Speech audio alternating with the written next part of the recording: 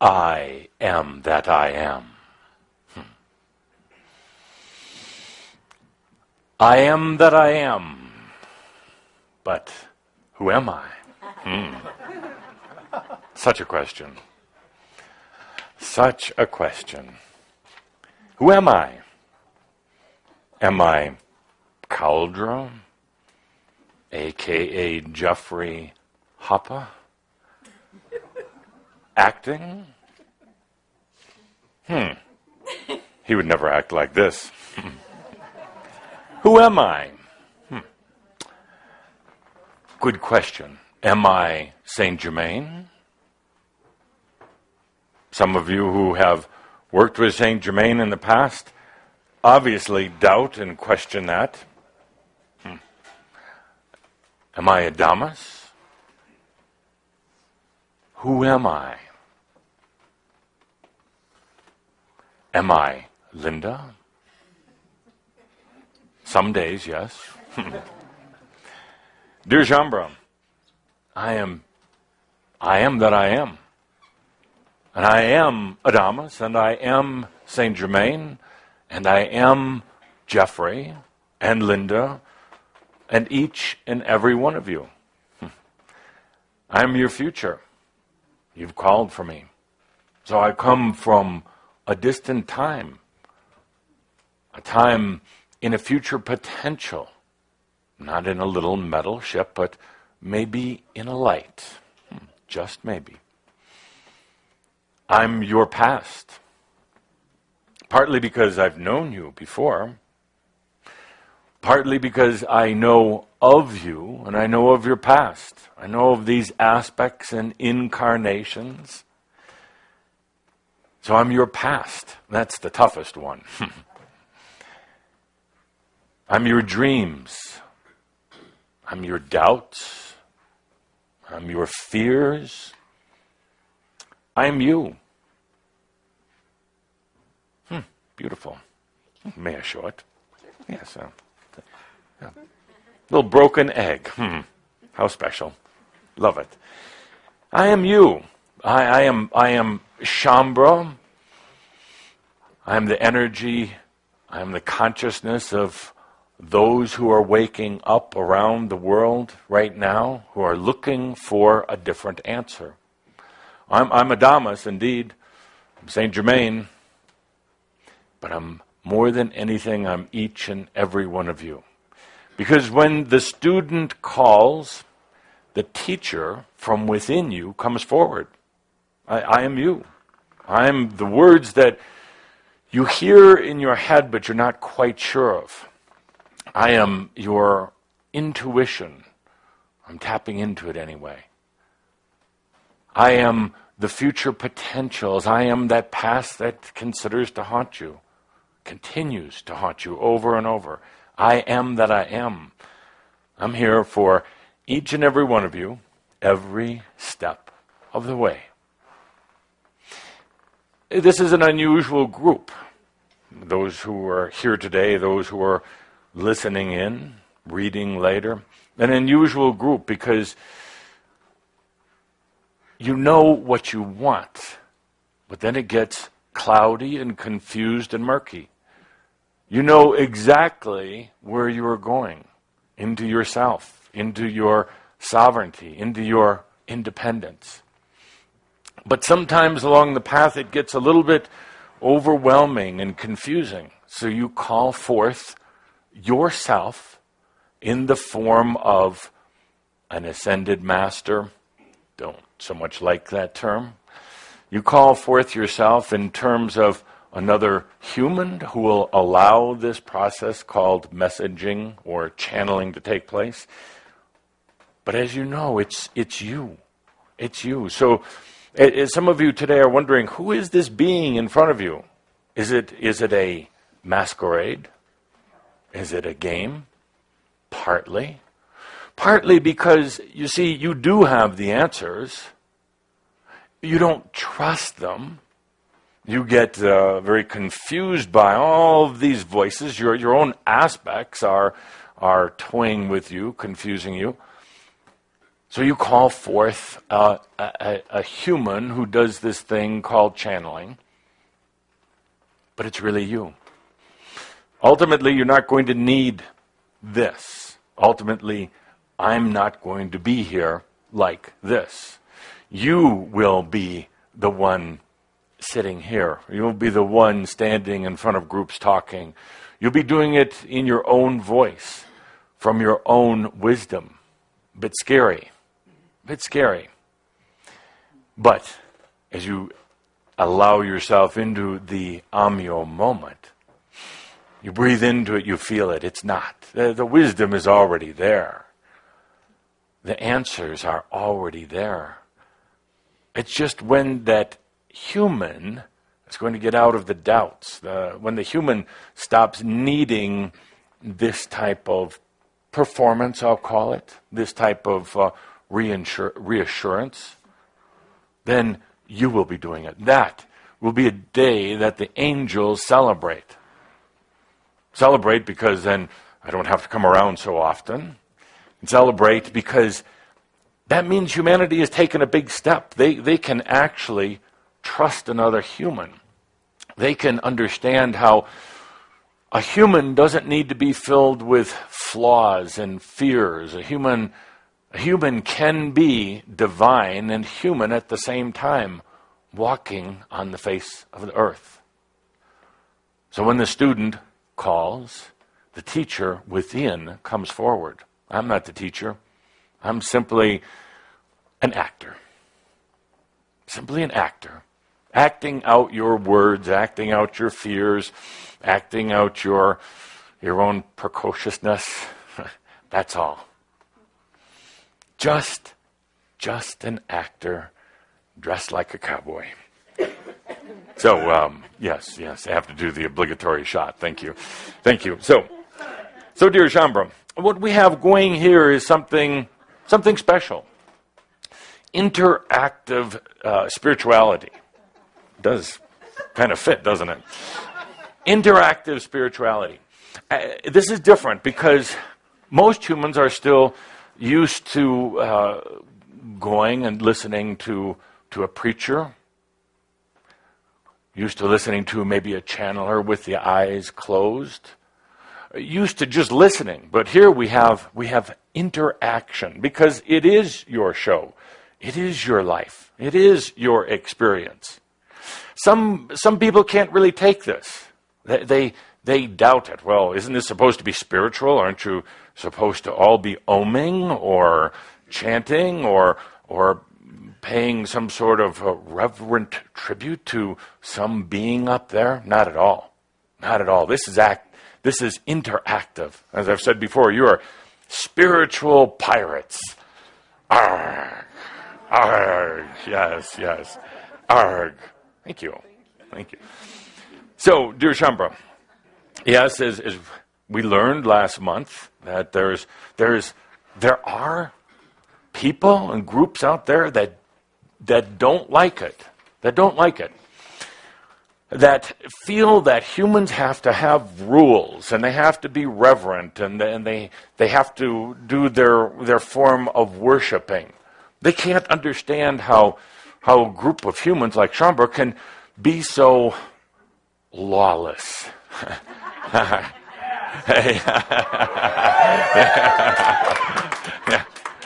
And for them, it doesn't work right now. For you, it does. So it gets a little chaotic at times, whether we're in a gathering like this, in human form, whether we're in a gathering on the other side. It does get a little bit chaotic at times, but that's a good thing. You allow yourself to express your frustrations, your emotions. You've learned not to try to suppress them, not to try to fit some sort of model or template. That's the beginning of being sovereign. If you're pissed, let yourself be pissed. If you're happy, let yourself laugh. If you're sad, be with that sadness. Feel whatever you're feeling. No longer trying to create some sort of artificial template, some sort of character that's really not real. So let's take a deep breath in this Amyo moment as we connect with people all over the world, all over this planet. Let's take a deep breath.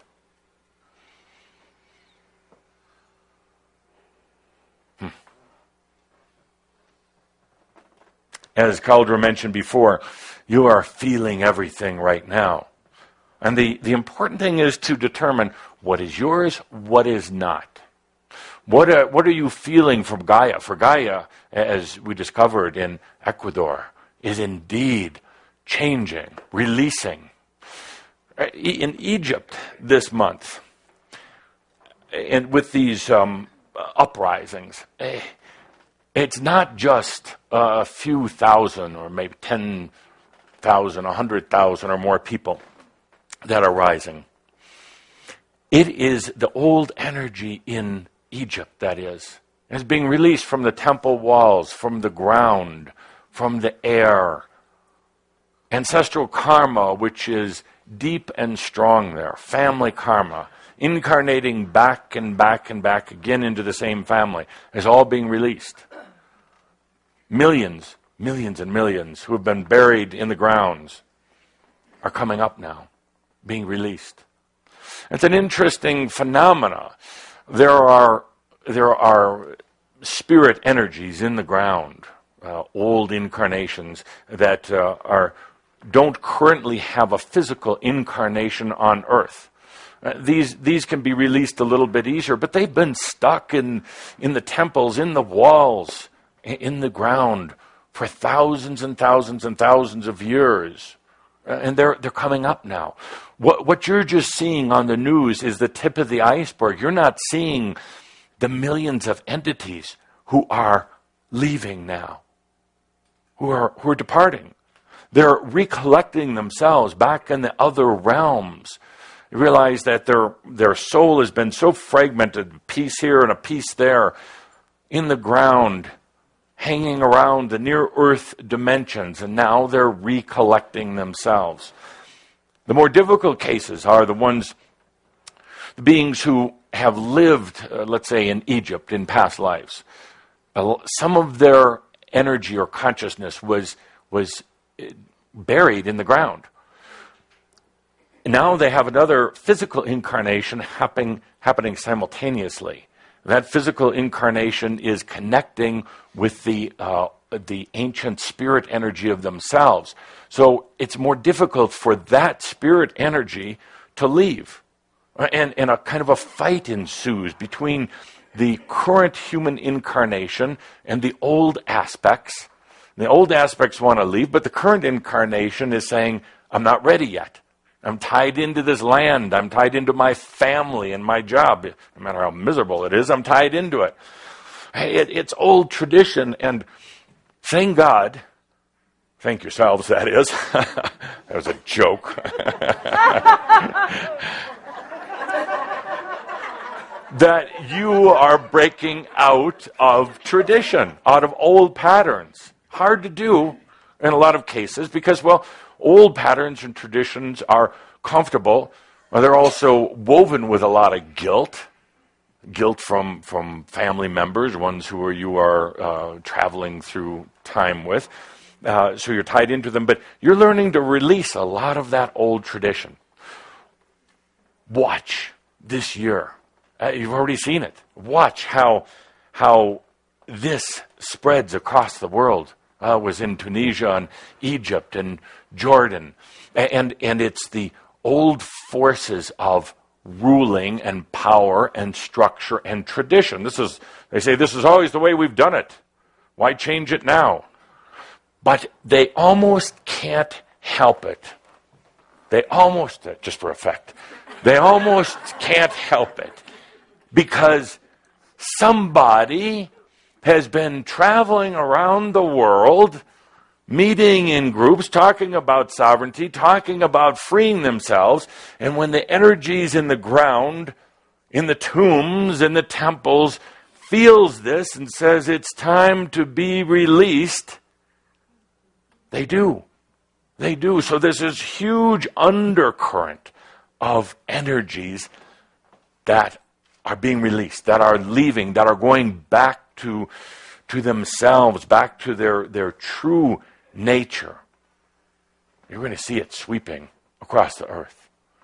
Somebody's been traveling around telling these old stuck energies that they can leave. Now, who would that be? And you wonder why some groups get a little upset with you?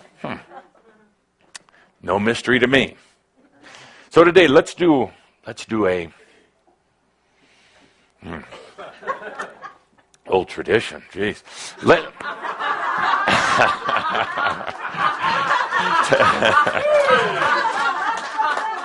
And Linda, if you'd be so kind to be ready with the microphone and the Adamus Awards. We're going to do some spiritual sociology today. Yes. This is the classroom, so... I'm ready. I'd ask you to feel into mass consciousness for a moment. Feel into mass consciousness. Humans, human desires, the human mind. Feel into mass consciousness for a moment. Take a deep breath. Let yourself go there, not in your mind, but in your heart. Feel into mass consciousness. Beautiful snow out there today. What does that mass consciousness feel like? Quiet, quiet. This is a classroom. Human consciousness.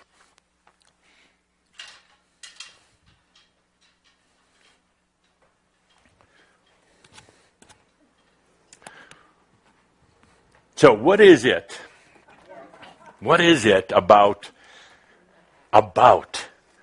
mass consciousness? What do you feel? What do humans want? I figure he dresses like a cowboy, might as well have the hat like one. So what is it that humans really want? Anybody. Linda will take the microphone and select volunteers. If you don't raise your hand, I'll pick you. Oh, good. What do humans want? Love. Is this mic on? The mic's not on. Can you hear me now? Love. Love. Love. Oh, baby. Love. Do you want love, my dear? As much as I can handle. Come here to me.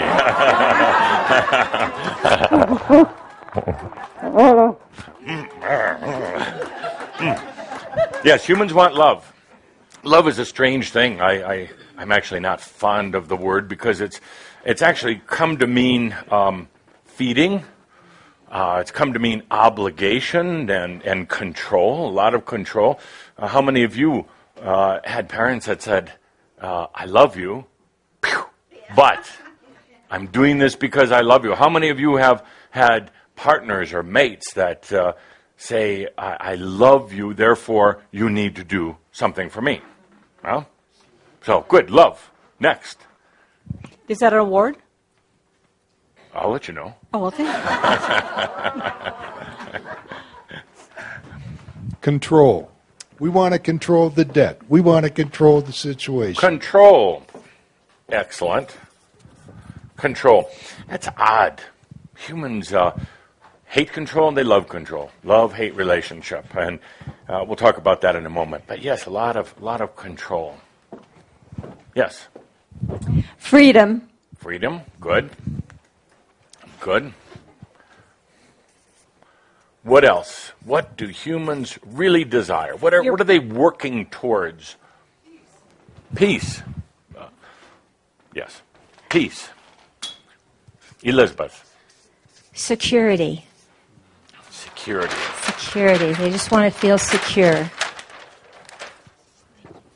Good. I think Next. We need Sartre's sage wisdom. New Cadillac.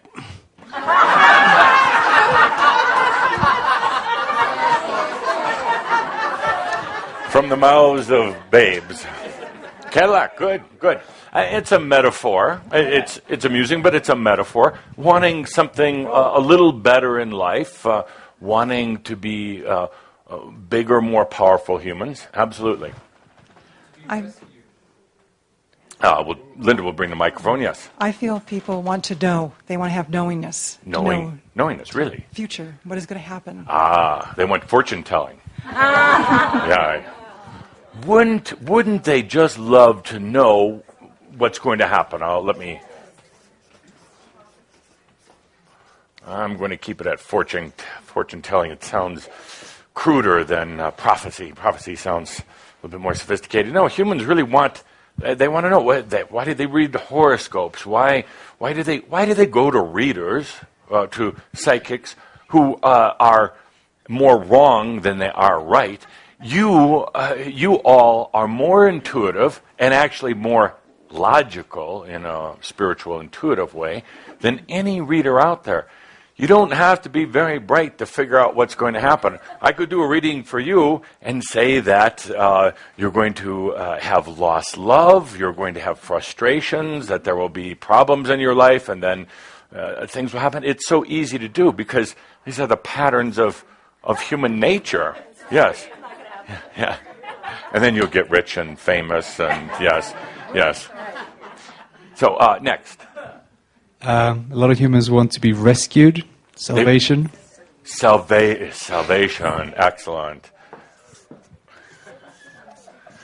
I'm going to go back to fortune telling for a moment here. So, what would the average person do if they really did know the future? First of all, assuming there is a destined future, which there's not. That's part of the issue. But let's say that we could map it out and tell somebody exactly what was going to happen over the next 5 years of their life. Could they handle it? No. They'll blow it up, and then it wouldn't happen anyway. And then it would affirm something that is absolutely not true, that there is destiny, that everything's already planned out and done. And it's not. Spirit's not that cruel. God doesn't have that kind of warped sense of humor. The Spirit gave each and every one of us absolute sovereignty, absolute right to make choices. But for some strange reason, the average person likes to believe that there is some sort of overall structure. There is some sort of plan up there. There's not. I've looked for it. There is not. There are not some grand hall of records for the future. There is not some grand planet that contains all of the known information about what will happen. There is not a group of judgmental angels who sit up there and determine what's going to happen next on planet Earth or anywhere else. I have looked all over, and I have never found anywhere that contains the future other than right there. You are the future. It's all right there. It's all right there. Our choice. Your choice. Absolutely. Next. That's scary. It is scary. Yes. People want to survive. They want to survive. Absolutely. It's one of the basic instinct. It was there was a point in Lemurian civilization where the human angels embodied in physical matter didn't really want to survive. They didn't know if they really wanted to be here. But in the Atlantean era, it brought about a whole different concept, survival. Survival means obviously food. Survival means love. Survival is the bare necessities of protecting you from the outside elements. But as humans have gotten more productive with agriculture, and are now able to, I've talked about this before, there is no food shortage on Earth at all. Don't believe it if you ever read about it in the papers. There is a food distribution problem. There are political problems, but the humans can grow a phenomenal amount of food right now in a very small particle of land. And there's a lot of control going into agricultural production. The seeds have the ability to grow so much more than they do, but yet seeds respond to consciousness and of the human, the individual human, and the collective of humans. And So, like humans, they only produce so much. You want to produce more from the seeds that you plant in the ground? Carry them with you for a month. Put them in your pocket. Put them in your mouth the night before you plant them in the ground. They will contain your DNA, your energy, your essence. You'll have beautiful, phenomenal crops without having to have fertilizer. They are more resistant to pests and to droughts and to other elements. Food is not a problem. So humans are focused on survival, which is interesting in itself also, because survival in this modern age is really quite easy. Everything is there. All the tools, the energy, the technology, it's all there. It's being withheld. It's being, survival is doled out to humans in so many countries, including this country, as just enough. Just enough. The carrot in front of the horse. There's more than just enough. When I hear about these stories, the world is running out of energy. Really? It's not. It's not. It might be running out of oil. But isn't it time that humans got off of oil anyway? There are so many simpler technologies. Cold fusion is one. And please don't lecture me about solar and wind. That is so ancient, so old. There are technologies right now that are coming to market that are really going to upset the system. There's new technologies that are on the laboratory bench right now that are going to be coming out in the near future. Your near, not mine. My near future is the next 500 years. Your near future. This world will have more than enough energy to sustain all of its needs and all of its growth and all of the people. This world has enough material for the clothing and has enough energy to heat the houses, and it has everything it needs. So there's this whole hypnotic overlay that's put out there, and sometimes you, my friends, buy into it that there's not enough. We're going to have shortages of toilet paper. Guarantee there's enough toilet paper to keep you all happy for a long time. So, yes, survival. And I stop and point at this particular item here because it's being manipulated right now.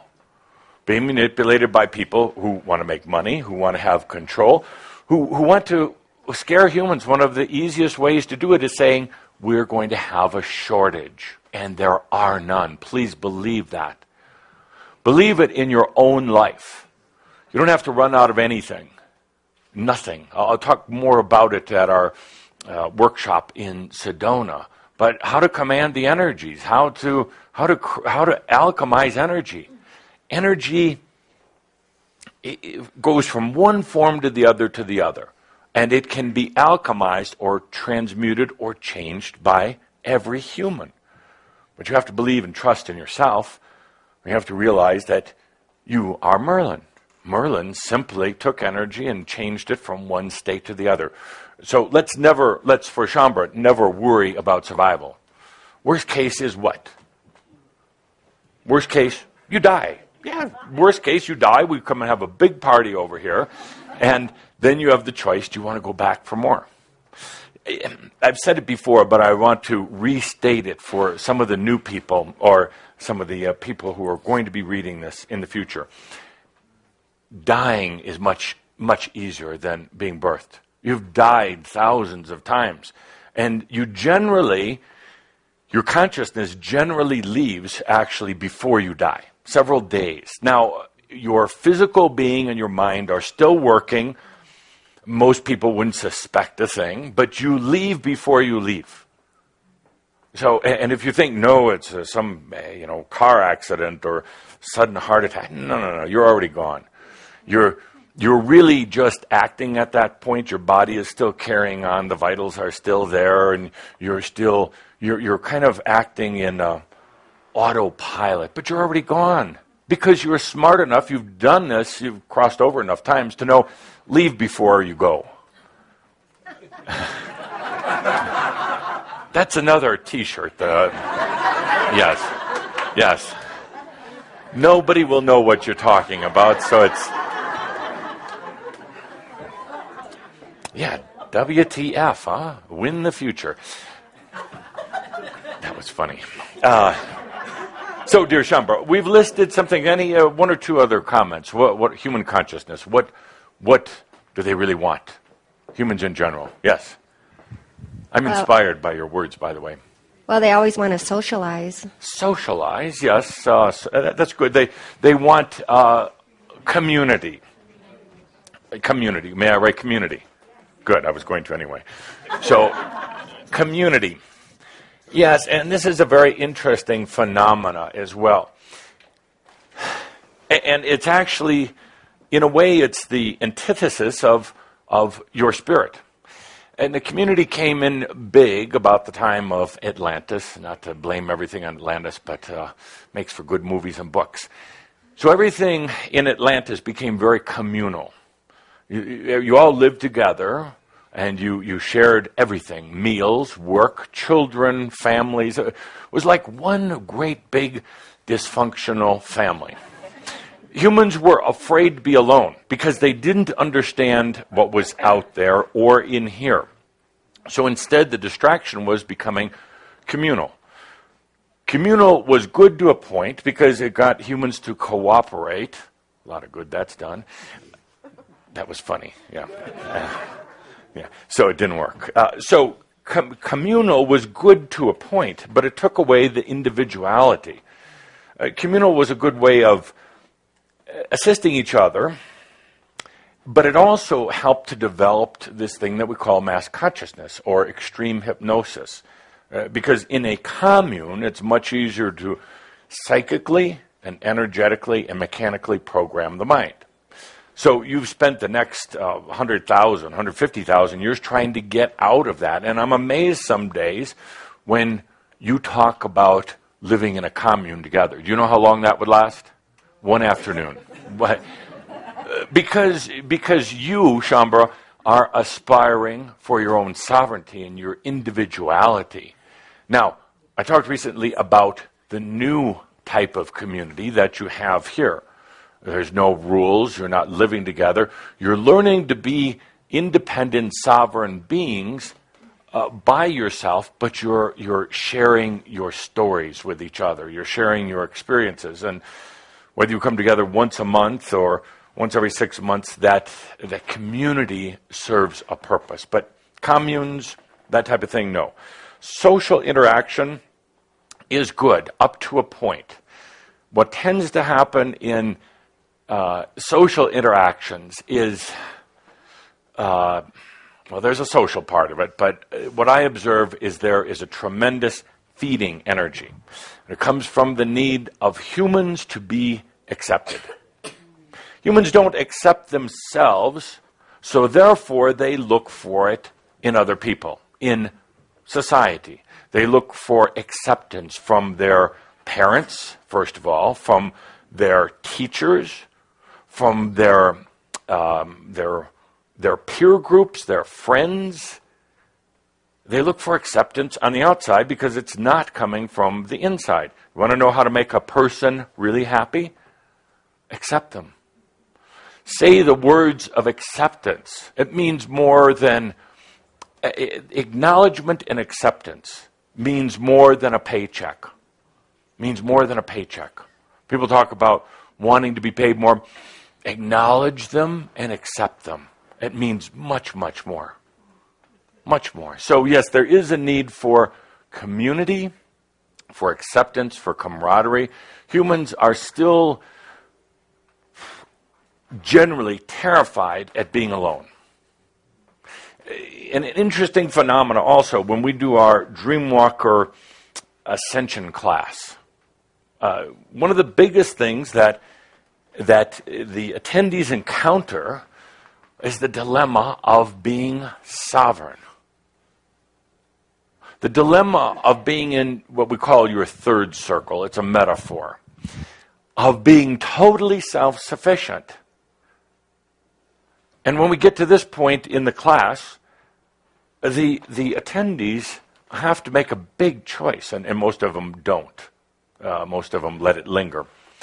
But it will come back to them. And they say, in the third circle, I'm it. I am that I am. What do I do every day? What do I do? Who are my friends? Are there other ascended masters I can hang with? What issues do I work through or work out? The humans that attend this say, it sounds really boring. I think I'll delay my ascension for about 20 lifetimes. I'll just try to perfect being a human. But once you understand, once you acknowledge yourself, and once you understand I am, you don't have to worry about boredom or other beings or what to do. Time becomes a total illusion. And could you imagine, perhaps, just being in love with yourself and that's enough? Not needing the outer reflection, the outer energies? Could you imagine just being with you for an eternity? Oh, no! And that's one of the challenges that I have, and Katumi and the others, is because you've got this overlay. You can't possibly imagine that. Who? Me being with me forever? Nobody to argue with. Nobody to laugh with. No goals. No purpose. And then you withdraw. You say, well, maybe I don't believe that part of what Adamus is saying. It sounds really boring. There's got to be some action up there on the other side. Something. A good football game. Anything. So, we've listed 10 things that are predominant in human consciousness right now. 10 things that people want. And of course there's a lot more, but actually this starts summing it up. What do I consider to be the most important? I'll tell you. And please, let's have the Adamus Award ready now. I'm going to just come up to the front here. Yes, sir. So, and this is perhaps one of the biggest trends going on Earth, probably one of the reasons why things are happening the way they are, but also one of the biggest reasons for conflict and stuck energy. Right now, freedom. That's a word, yes. So, freedom. And it's so obvious that, thank you. And all of these actually are correct answers. But the one I want to talk about today is freedom. What are you seeing right now in the news? Desire for freedom. Any angelic being by nature cannot be restricted or limited or controlled forever. Sooner or later, something within comes out and says, I want freedom. It actually comes from the spirit more than the human, and I'll get into that in just a moment. But they want freedom. There's something that comes up from within. And particularly when they can start sensing it and feeling it in other humans. They can start feeling it in the air around them. Actually, in a very beautiful way, Earth, the physical Earth, is becoming free right now. Gaia is a spirit just like any one of you, a soul being, grand soul being, who took on the responsibility for physical Earth. But even her time is up. She's done what she came here to do, to set up this Earth as a living planet, a living space. And it's done. Gaia is now releasing her water, her air, not releasing it like that. She is turning over the water, the air, the trees, the fish, the animals, So even Gaia wants that freedom. Well, what happens is humans on Earth, or humans that have been buried on Earth, or still, you could say, are walking the Earth, suddenly sense that in the air. Freedom is sweeping across the world right now in an unprecedented way. And we started working on it. Well, we've always been working on it, but there was a big push for freedom back in the 1700s. 1700s throughout Europe. And, this was a difficult one that I and many of you were involved in. How to free Europe of the kings, the royalty, the earls, the knights, and those who controlled and manipulated the energies. And we tried to set up a free Europe. Also free of a lot of the political boundaries, free of the old energies, some of the old conflicts. And as things did not work out so well, we meaning the orders that I was working with at the time, myself, many of you, we set up this place called America it was called the New Atlantis, the free country. Also Australia as the free countries. And the call went out, and many of you came here to experience a new kind of freedom that hadn't been seen on this earth in a long, long time. It worked to a degree. Now we're going to the next level of freedom, and it's literally sweeping across the world. And people feel freedom, the desire for freedom within, because they do have most of their basic needs. They are able to survive. And some of them actually have Cadillacs. So this freedom is sweeping over the world right now. What is it a freedom from? What was it a freedom from? Microphone? No problem. You have to be quick today. Oh, sure. These are simple answers. What kind of control? Government, taxes. Wait, do you want him to use the mic or not? Well, you have to run. Yes. Raise hands, run. Yeah. Go ahead. Oppression. Oppression. Specifically, what kind of oppression? Religious. Religion. Absolutely. Now, I'm going to make a comment on that. I have been questioned about my stance on religion. And it's not about the spiritual nature of the religion, but it's the controlling nature of religion. It is easier to control groups of people through religions than anything else. Therefore, it's predominant on earth right now. Therefore, at times like this, religions actually try to get stronger. It's easier to intimidate or control somebody with their beliefs. And that's what we don't do here. The only belief, the only focus is that it is all within you. And that's a hard one. So, but absolutely, religious beliefs. And you all know this already, but the wars that are taking place here on earth, what is the underlying energy? Religion. They're being fought in the name of God, under the banner of heaven. Religion. The situation in Egypt and some of the other countries right now is going to come down to, in many cases, religion. Religion stronger than government.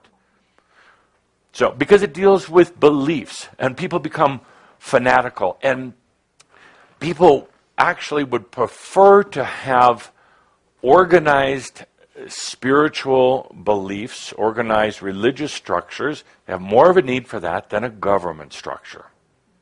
So actually governments and religions have been at odds with each other for a long time, strange bedfellows sometimes, and at other times directly opposed to each other, because ultimately religious control is stronger than government. Okay, what else? Freedom from what? I got the mic. Fear. Freedom from fear, yes, and specifically what kind of fear? Every kind. Every kind. Name 3. Worry, which might be connected to survival. Yes. Freedom from the need for approval. Yes, which also might be connected to survival. absolutely. Freedom from thought. Good, excellent. So freedom from fear. A lot of fear, and the fear runs the gamut. The fear of hurting yourself, the fear of losing everything that you have. By the way, some of you here are experienced in that. You've lost everything, and you're still here.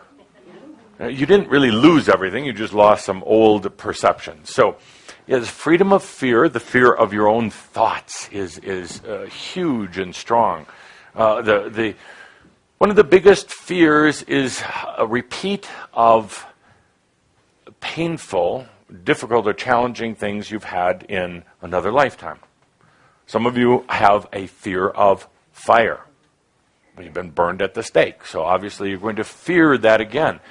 Some of you have feared of beheading, such a terrible thing, because it's happened before, or fear of diseases. These are the aspects, these are the old stories popping up again. So yes, okay, few more. Freedom. What do people want to be free? Run, Forrest, run.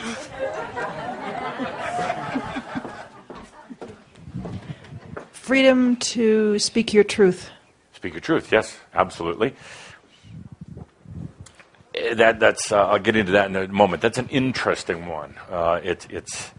In some countries, it's guaranteed, the right to free speech. Most people never use it. And they think free speech is just being able to tell somebody to, or expressing their beliefs. Very few people actually speak freely. They don't know how to. That's a whole nother class. That's a whole nother discussion. Most people can speak from their head out to their mouth, and 90% of it is trivial or garbage. It's coming from their brain. The brain likes to hear itself talking, because then when the brain hears itself, it reinforces its identity. If your brain hears yourself talking, you say, I must really be smart, and therefore I exist because I can hear myself talking. So therefore, my brain is real. Most of it is garbage. Real speech comes from the heart. And it incorporates the mind and incorporates the body of consciousness, but it comes from the heart. You know when you're listening to somebody speak if it's coming from the heart, because it's inspiring, because you can feel the magnetic effect on your body, you can feel the chemical effect inside your body when somebody is speaking from their heart. But if it's from their brain, and they engage you in a brain-to-brain thing, and they try to get you as mental as they are, and generally walk out not understanding a word that was said, or feeling that you're having some sort of tug-of-war, or they're stealing your energy. So, yes, okay, freedom. Humans are seeking freedom. By nature, any angelic souled being ultimately has to have freedom. Ultimately. The question I have today for this group and for everybody listening, and this is a very important question because it has a lot to do with where Earth goes, where this planet goes from here, but it has a overwhelming implication on all of the new Earths that are being architected right now, that are under construction. Because as goes Earth, goes all of the other Earths. This one Earth can't possibly hold or accommodate all of the angelic beings who are looking for the human experience. And all angelic beings must go through a human experience on their way to ascension. That is the you would say it's the easiest way. It's not very easy, but it is the way of ascension. To become fully embodied, to become into yourself. So you're not just airy, gaseous matter in angelic form. You're actually living and experiencing it. Angels really can't experience. They really can't. They can, how would you say, they can kind of sense things, but only here on Earth and subsequently the new Earths can you experience life? So the question becomes, this is a very important one, and I hope you have the answer because I don't. Are humans ready for freedom? You say yes, but before you, because intuitively you're saying, well, everybody should have the right to freedom. And that may be true. But what I asked, are humans ready right now, in this era, at this time? Now feel back into mass consciousness for a moment. Feel into mass consciousness. Are they ready for freedom? Well, it seems like they need to be. Microphone, please. My pleasure. Yes, sorry. Edith, we want everybody in the universe to hear what you have to say. It seems like they need to be ready for freedom. Perhaps, or not. Well, it would sure be a heck of a mess if they can't learn how to handle freedom.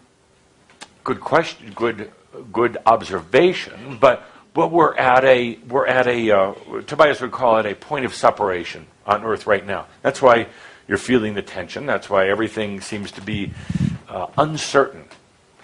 So are humans ready? Any other comments? Are humans ready for freedom? And I'm not talking about you. I'm talking about humanity. I don't believe they are. I think they like the control. I think they don't want to trust themselves. So they are always looking for someone else to tell them what to do. Mm-hmm. So they might want a different level of freedom. Right. Because they're where they're at right now, like in Egypt. They know they want something else. So right. That's how they achieve that. Good point. They know they want something else. We'll use Egypt as an example, because I have lived there and I was going to go there. So, but what are they going to get? What's going to happen over these next few months? And that's why we're discussing it today, because even what we're doing here is opening consciousness. So, Vince. They will get something, but will it be a different form of control, like a theocracy? Yes. So, how much cake will they get? It's up to them. It's up to them. But that's what I'm asking. Intuitively feel into it. What's going to happen? I think they're going to have an experience.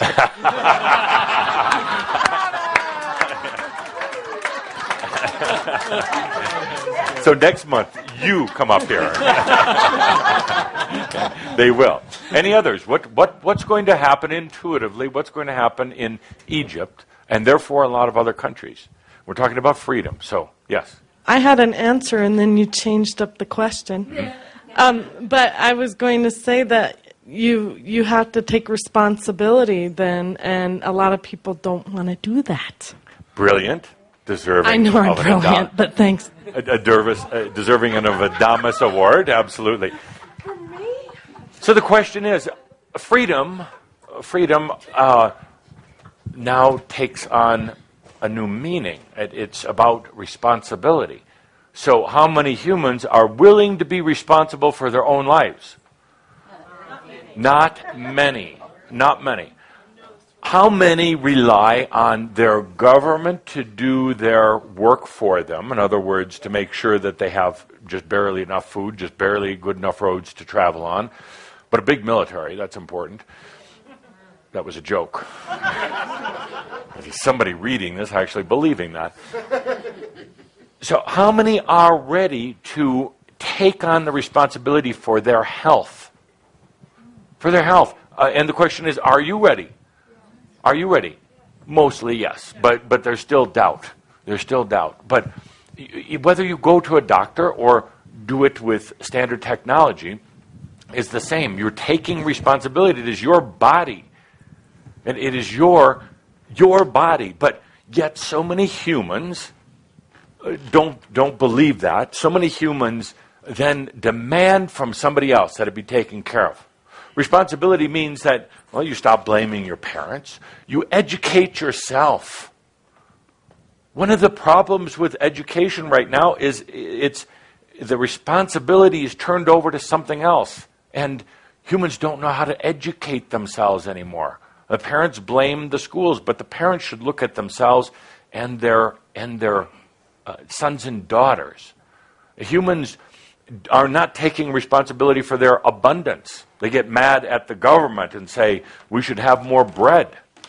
Then go out and grow it and bake it.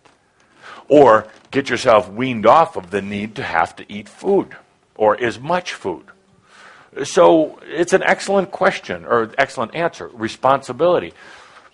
The one that intrigues me is the responsibility for perhaps the most important thing of all, and it's your spirit.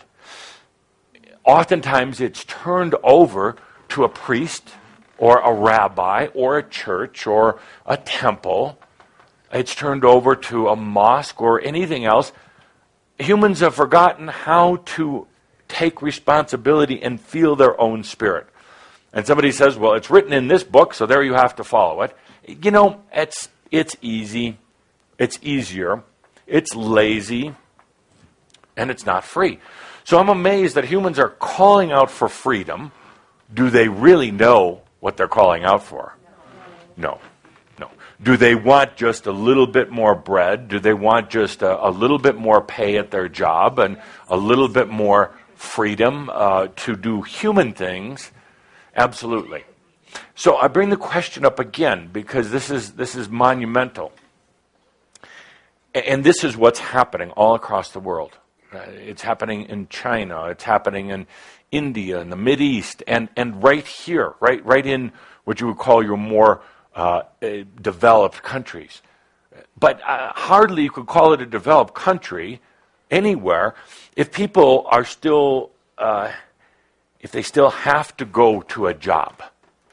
If they have to derive their income by going to a job at a prescribed time.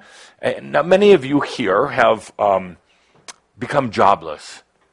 In other words, you've created your own jobs. And now you are free. But you work hard, but it is your passion and your choice. So as long as there's still this structure, there's really not freedom. So, and I say that because watch what happens next. In the next few years, this wave of freedom is going to start going around the world. And it's going to start penetrating into areas that are pretty obvious. Countries with dictators, countries that are controlled politically. Next, it's going to create another circle and come around the earth like a whiplash into countries that have excessive and limited spiritual, religious beliefs, and lack of true religious freedom. You know what that's like. Until recently, and even now, you are laughed at for your beliefs, and there's still an underlying fear that you're going to be persecuted for it. By your own family and friends, first of all, and possibly by the government, possibly a knock on the door late one night, somebody saying, we've been following you, we've been watching you, come with us. And it's not going to happen, by the way, but there's still that underlying fear. Then it's going to continue going around the world, spinning and spinning this call to freedom, and it's going to start making people think about whether they really have freedom. Oh, it's going to mushroom. They're going to start looking at their jobs, and if they really have freedom. They're going to start looking at their families. They're going to start looking at themselves, their aspects. That's perhaps one of the most difficult, and you've gotten there, but most humans have many lifetimes to go before they even begin to understand freedom from your aspects, freedom from your past, freedom from yourself. So back to the issue. So this call to freedom, sometimes emotional, frenzied, dramatic call to freedom, which is now taking place, spins and spins and spins around the world. Then what happens? People realize what freedom really means. Now, you know what it's like when you have a spinning motion one way, and then suddenly you have a spinning motion the other way. The two start colliding with each other. Now you've got some energy. Now you've got energy. The rest of the world has troubles, but you have energy. And it is just energy. With Caldra's approval, I'll tell a bit of a story. He's not approving, but I'll tell it anyway.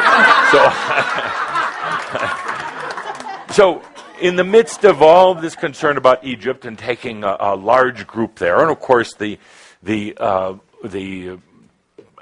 commitments and the obligations, the responsibility for a large group, the money issues and everything else, Caldera went into a bit of let's call it anxiety or hyper-anxiety. Couldn't breathe very well. Really now started to split his body and his mind and every other part, and was in a lot of chaos. A lot of you can relate to that, circumstances in your life. And so, like many of you, he forgot. He forgot the basics. Take a deep breath. That's hard to do when you're in hyper-anxiety. But it's important to do. That's the time when you want to do it. That's the time when you should sing a little bit. When you should tone a bit and let those energies flow through you. They're stuck. That's why you have anxiety. You want to let them out. You want to open them up. It's hard to do when you're in panic and terror and fear. It's a good time to do it. And then Caldera forgot that it's just energy. It's just energy. Breathe it in. That's the last thing you want to do when you're in the midst of chaos and trauma or depression or anything else like that. Breathe it in. Suck it in. So I had to gently tap Caldera and say, breathe it in. Because there's an automatic response. You try to push it away. You try to either ignore it or get rid of it or whatever. But no, breathe it in. Oh, and it hurts at first. It's emotionally, physically painful in the moment. The last thing that you want to do is actually breathe it in. But that's the best thing. You suck it in. You breathe it in. Yeah, all the chaos and all the trauma in Egypt, you breathe it in. It doesn't mean you're giving approval to it or accepting it. It just means you recognize it's just energy. Just energy. So you breathe it. You breathe it. You breathe it in. That's a good thing to do with anything. Then you let it go. You realize you are transmuting it. You don't have to think about it. You realize now that energy is going to serve you, and that's exactly what's going to happen in this case. So, dear Shambra, you got all this turmoil, all this spinning going on. There are people who are demanding freedom, but when they start getting it, that going beyond just a little bit more of a paycheck and a little bit more food, or when it goes beyond just the human rudimentary needs, then what happens? And and I ask you the question because every one of you has encountered it. What happens when you suddenly contemplate sovereignty?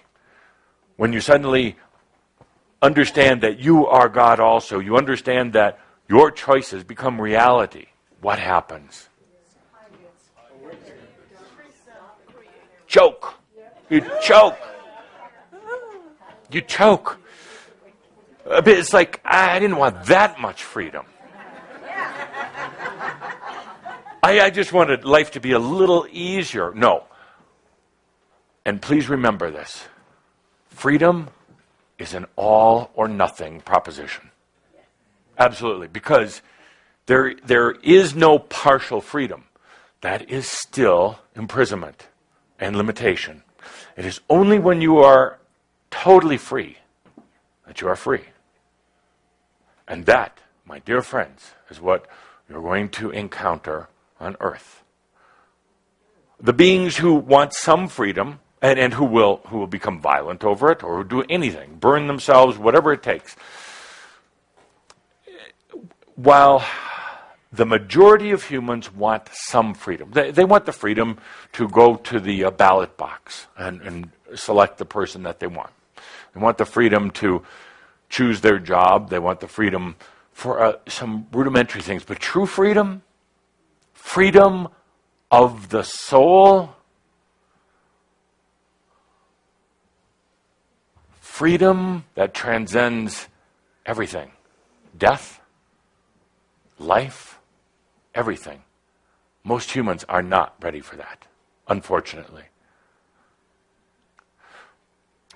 Most humans are going to collide with themselves when it comes to that. And what happens then is there is a natural tendency to go backwards, or try to go backwards, as you all know, as you all have experienced. Then they try to manipulate a little freedom of this, some not freedom of that, some controls here, some controls there, and it gets out of hand. And it just goes back to controls, whether it's government or religious. And that has a very good probability in some of the countries that are going through this dilemma right now. They're going to replace one form of control for another, most likely. And they're going to be, what is our word? They're going to be given some circus and bread in the meantime, make them feel good, a little football, a little Schlitz beer, and they think they have freedom. But something in their soul doesn't buy it. The human aspect is temporarily pacified, but something in their soul doesn't buy into it. And now they become even more frustrated, more depressed, and more lost as to what the term freedom means. And then what do? They just surround themselves with blankets of hypnosis. They delude themselves. And they say, maybe tomorrow it'll be better, or maybe it'll be better for my children in their time. That is Macchio. That is Macchio. So, dear friends, I bring this up because every one of you has encountered this, and I'm going to pose something to you in just a moment. You have the potential of creating a tremendous influence in the terms of other potentials that aren't being seen right now by many people in the world about freedom. You are the ones who have delved into it in yourselves. You are the ones who are learning how to become truly free. And through your consciousness, you can put it out there to these countries, to these people. You can help them to have a greater understanding of what freedom truly is. So the energies don't have to circle back around. They don't have to collide. They don't have to suddenly be choked on what true freedom is. This is not a religious thing. It's not even spiritual thing. But it is what is true freedom of the soul.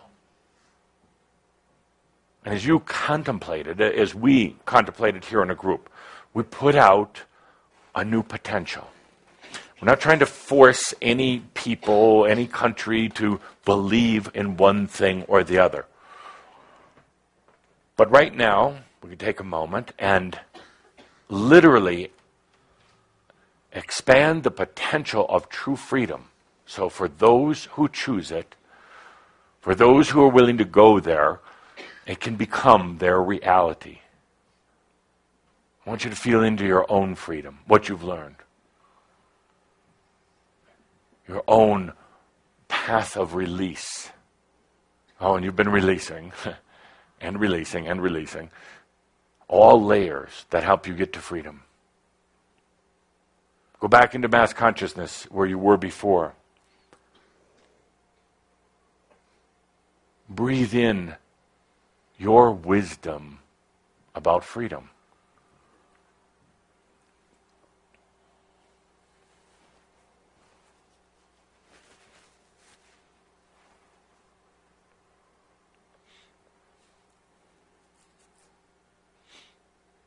Allow yourself to share from what comes from your heart about the freedom, true freedom.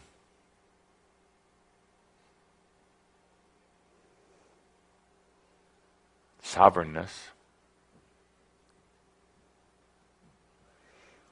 no control,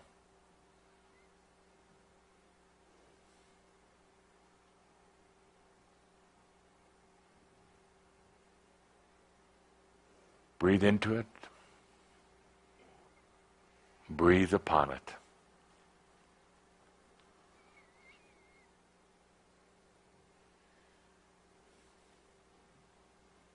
I can hear some of your heads chattering away right now saying to yourself, I don't know anything about freedom. Look at my life. Ah, yes, you do know about freedom.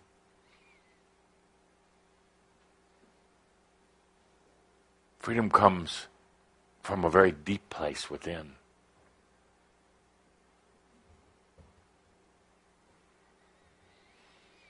So let's take a deep breath. You, my dear friends, are creating some unprecedented potentials. Now it's up to the others. Now it's up to them. What do they choose? Which direction do they go? So let's let that energy expand. Let it go. No need to control it. Let's talk a little bit more about your freedom. Your freedom.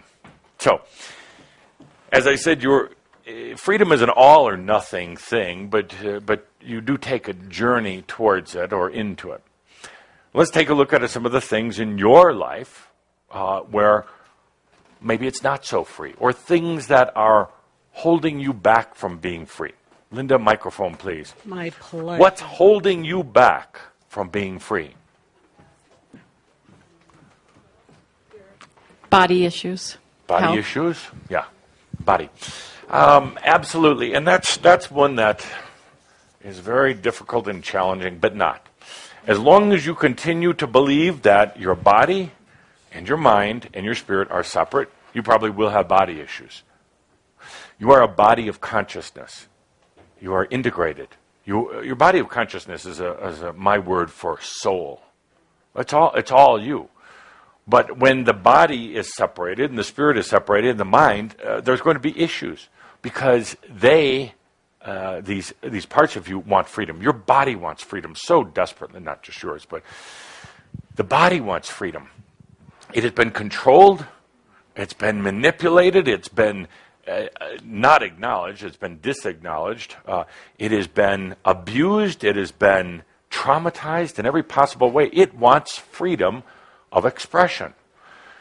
It wants to heal itself, but you're not letting it. It wants to go through this process of the DNA redoing itself.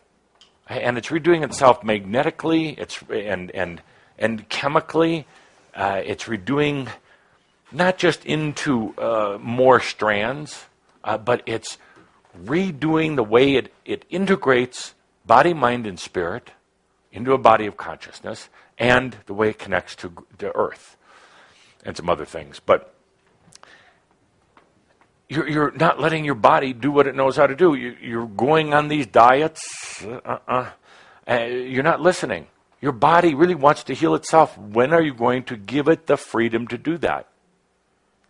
Good. Okay, body. Yes. Trust or lack thereof. Lack thereof. Yes, the lack of trust will absolutely suffocate freedom. Absolutely. Next. Vices. We think we have the freedom to choose our own and give us a little break from it. But The vices, that's an interesting one. And vices will lead you to believe that you're not free. But what are vices? Give me a couple examples of what's a vice. What are your vices? If you choose to escape with drugs, or if you choose to escape, the realities of everyday life. And yes. So vices, smoking, drinking, Sure. drugs, sex, Uh-huh. pleasure. Right, yeah. Pleasure. Yeah, and it actually stifles your freedom. Food, we can write a whole long list. These are very, very simple. And this is old programming. We've talked about it before, but in Atlantis, it was discovered that you could really get somebody to work hard and long by programming them for a little bit of pleasure. So literally, an energetic center that was located right in here. So, yeah, right in this area was energetically, kind of mechanically and psychically implanted there. And the elite of Atlantis used that to make people work long and hard, because at the end of the day, they got just a little treat. So this pleasure center is still there until you free yourself of it, and you're going to obey. You're going to follow rules, work hard, do all the rest of it. If you just get a little pleasure now and then it becomes very warped, and then you think you're a bad person, that you have vices, that you have no strength or self-control. It was all designed that way, to make you feel bad about yourself, that you have these vices. There are no vices. You're not addicted to anything. Believe me. And I know some of you will want to argue with me about it, and I won't. But you think you can become addicted to tobacco. You cannot. You cannot. Absolutely not. Alcohol, sex, these are triggers that start right there and then go into your brain, and then you say, I'm addicted, therefore I'm flawed, therefore I have to keep suffering until I get stronger or better. Now I need to go out and find some savior or messiah. How could I possibly be God? Also because I smoke cigarettes. Get over it. Get over it. I've known a lot of really good drunk ascended masters, and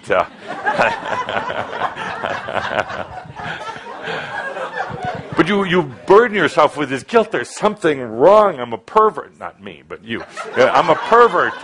I eat too much. I eat too little. It's like this was all part of the programming. Therefore, you're not free. Therefore, you buy into it. You buy into all that crap. And it's so easy to let it go. But the question is, are you ready? Are you ready for your own freedom? I asked you about Earth before, but maybe I was really asking about you. Are you ready? What's keeping you from being free? I'll tell you, aspects. Oh, those little, now I'm talking about what we described as the gray or the dark aspects, the disassociated. Those little critters. They're like cockroaches. They're like varmints, and they can hide so easily. They can survive your death, and they come back. They're like cockroaches surviving a nuclear holocaust. They're still there. When the world ends, it will be taken over by cockroaches. Your aspects are in many ways your cockroaches. The disassociated ones, they are keeping you from being free. They manipulate you. They put those little words in your head. They tell you that you're not worthy. You've let them do this. You've let them get away with murder. Literally. Because you've given up your freedom and your free will. Consciously, unconsciously, you've given it away. And if you're not giving it away to some church or government, you're giving it away to your aspects. You're giving it away. So I ask you, are you ready to be free?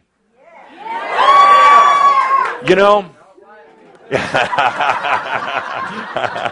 Stop channeling the channeler. It's so confusing. Who's on first? You say that. You say that. But I asked you to look into mass consciousness before, but in a way you were really looking into yourself. And I'm pushing you today, I hope. I hope I'm making you uncomfortable. I hope you're watching your watches or pretending that you're sleeping right now, because this is important. For you, for the world. Maybe it just doesn't give a damn, but here's why we're talking about it, because you've asked for it. You've called out for it. You've wanted to know about your freedom, what's stopping you, what's in the way. Your lack of freedom is some of the old beliefs, but those are mostly either dissolved away or they've been ripped away. A lot of the lack of freedom is still your lack of trust in yourself, We talk about amyo, but do you really understand what amyo is? Maybe there, but is here ready for amyo? No. You're getting closer. But when I say amyo, it's that complete trust in yourself, that you're not worried about your body anymore. You're allowing your body to heal itself. You're not worried about trying to think through everything. I will celebrate with you. I will dance and drink with you till the early morning hours when you stop thinking. And it sounds like sacrilege when I say stop thinking, because you're like, that's all I have. If I stop thinking, what's going to happen? The devil's going to take over. I love that one, the devil. So you have to be vigilant. You have to always be thinking, that's not your heart. That's an old brain. That's aspects they've infiltrated the brain. They use the brain. And so does mass consciousness. And so does all the other hypnotic Makyo out there. Uses the brain. When you really stop thinking, you will be free. And I know that's a little tough because your mind's trying to say, well, how can I stop thinking? Well, it's your mind, obviously. It wants you to keep thinking. It's pushing for you to keep thinking. It'll do anything to keep you thinking. But when you stop thinking, you get back into your body of consciousness, your soul. When you have that much trust in yourself, and you don't yet, so you're not free. You're getting there. And if I could do anything in my time with you is to aggravate you and encourage you and to humor you and to do whatever it takes to get you to trust yourself and to be free. Why? Because you've asked for it. Otherwise, I wouldn't care. You're mad about it. You want it so much. But then when I tell you what freedom is and what's keeping you from it, then some of you get agitated, and poor Cauldre and Linda get all these emails. So dear Shambhala, we have another situation with your freedom.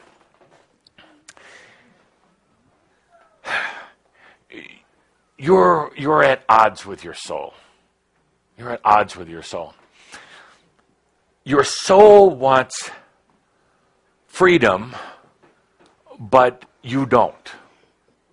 This desire for your own personal freedom is coming from your soul. It's not coming from you, your brain. The human aspect is so conditioned to lack of freedom that it's basically accepted it, but your soul is calling out that all of you, the body of consciousness, your heart, whatever you want to call it, it wants its freedom. And you are holding it back, and it's pissed. You are holding your soul back from having freedom because you're part of your soul, and you're not letting it have its freedom. Can you imagine how pissed your soul is? You're holding your soul back because you're in this human condition, lacking freedom, and actually accepting the lack of freedom. On the other hand, you are blaming your soul indirectly for your lack of freedom. You are blaming your soul. I know it because I hear you saying, well, it must be some divine plan. There must be the overlord of my human self called my soul that's manipulating things and directing things that I have no influence over. So therefore, the soul is some controlling being, and someday I may get to meet and may get to reconnect with, but what a son of a bitch that soul is for doing this to me. The soul should have written out what was going to happen in my lifetime. The soul should have kept these bad things from happening to me. That freaking soul of mine. And it becomes just another excuse for not having freedom. You're blaming it on your soul, and your soul's pissed at you. This is not a good situation.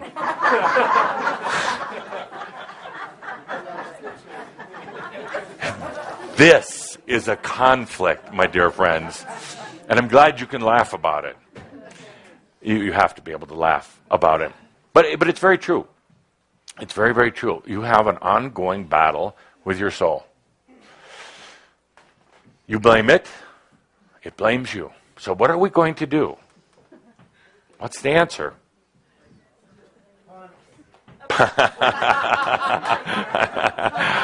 I'll tell you what the answer has been up to now, and I'm going to push you on this. I'm going to push you to go beyond the up to now answer. The answer has been, I'll just go back to my human ways, and I'll see what happens. I'll see what happens tomorrow. Maybe if I wake up and suddenly my soul and I are friends again. You've been trying that one for many, many lifetimes. It doesn't work so well. So what's going to happen? Yes? Put the soul in charge. Put the soul in charge. Is that it? But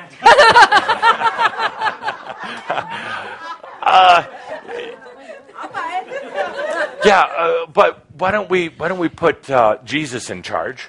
Why don't we put God in charge? Why don't I tell you what? Let's deny. Put ourselves in charge. Put ourselves in charge, because you are your soul, and that in simplified forms is the answer. You are your soul. You just don't think you are. You have separated it, like you've separated your body and your mind and your spirit. You put your spirit, your soul off someplace else, and you've bought into all these stories about eternity and heaven, and even though you're wise enough, but you still go back there. You still have that little nagging religious aspect that talks about eternity. You're trying to get a good room in heaven sometimes. So as long as there is a split in the body, mind, spirit, nost, everything else, as long as there is a split in your human self and your aspects, there are going to be, in this type of conflict, and occasionally even a war with each other. The moment you realize it's yourself, you are your soul. Pretty scary, isn't it? You want it to be something grander. You want it to be something big and magical. You actually want it to be an overlord of some type. You want it to be this grand beings with big wings. Can see through walls and read minds and tell the future and all the rest of that. It's not like that. Yeah, too bad. You say, well then what the hell are we doing all this for? Because the mind has conveniently manipulated it to make the soul into something rather big and complex. Because, see, that's where what the mind likes. The mind likes big, it likes complex. It makes it feel important. But underneath, your mind is screaming out for freedom. It can't handle it anymore. That's a good thing. There's so much energy on Earth right now. There's so much going on. The mind is going into overload, and it's screaming out in its own way. It'll fight you on it, but it's screaming out. It wants freedom. But freedom, to the mind, it associates with death. And it's not really that way. The mind integrates. It blends with it, melds with the body, the soul, the spirit, whatever, and it becomes your own one. Your sovereignty, your freedom, you. So, dear friends, it's time to talk to yourself. Talk to yourself as body, mind, spirit. Every part of you wants its freedom. Every part of you wants the integration to occur. No part wants to control the other part anymore. No part really truly wants this separation anymore. And it obviously starts right here. It doesn't start with the overlord soul, because it's you right here. It starts in this moment of allowing yourself this integration, this sovereignty, this becoming your own one. I would ask you to feel into your personal freedom for a moment. How you move beyond the old concepts of body, mind, spirit, nost. Freedom is your birthright, is your soul right, and your human right. And while all of this uprising of freedom is taking place across the world and with Gaia herself, I'm asking you about, are you ready? Don't think about it. For a change, don't think about it. Just feel into it.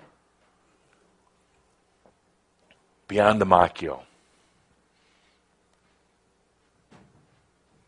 it's the I am. It's the I am.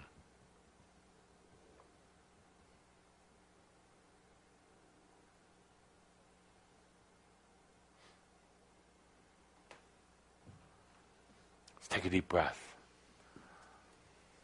By nature, by the nature of your being, you are free.